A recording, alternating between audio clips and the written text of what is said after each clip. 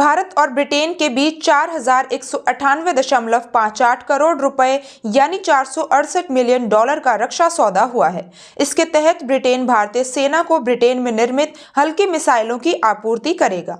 ये दोनों देशों के बीच बढ़ती हथियार और रक्षा साझेदारी का एक हिस्सा है।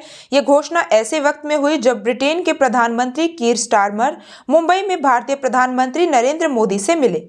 रक्षा सौदे पर अपने बयान में ब्रिटेन की सरकार ने कहा कि उत्तरी आयरलैंड में निर्मित हल्की और बहुउद्देशीय मिसाइलों के नए अनुबंध से उस कारखाने में 700 नौकरियां पैदा होंगी, जो वर्तमान में यूक्रेन के लिए यही हथियार बनाता है। इन मिसाइलों का निर्माण थेल्स कंपनी करेगी।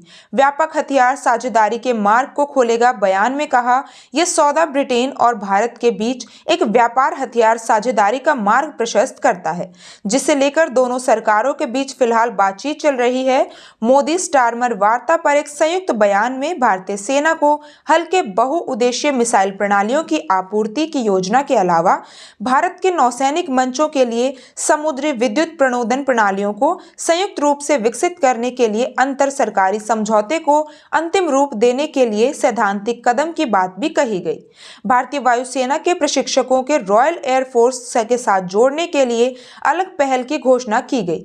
प्रशिक्षण और शिक्षा संबंधों को सुगम बनाएगा। बयान में कहा, प्रशिक्षण पर सहयोग के संदर्भ में दोनों नेताओं ने एक व्यवस्था पर प्रगति का स्वागत किया, जिसके तहत भारतीय वायुसेना के उड़ान प्रशिक्षकों को यूके रॉयल एयरफोर्स प्रशिक्षण से जोड़ा जाएगा। साथ ही एक समझौता भी किया जाएगा जो हमारे मजबूत प्रशिक्षण और शिक्षा संबंधों को सुगम बनाएगा।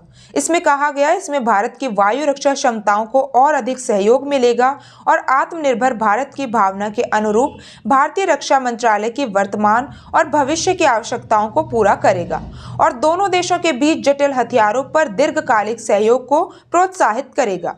रक्षा क्षेत्र को मजबूरी देने में जुटे स्टारमर पिछले करीब एक साल से ब्रिटेन के रक्षा क्षेत्र को मजबूत करने की पुरजोर कोशिश में जुटे हैं, जिससे आर्थिक विकास को गति दी जा सके। उन्होंने नाटो लक्ष्यों के अनुरूप खर्च बढ़ाने का वादा किया, साथ ही निर्यात बढ़ाने पर अपना ध्यान केंद्रित किया। इसका हालिया उदाहरण नॉर्वे के साथ $13.5 अरब का फ्रिगेट अनुबंध है।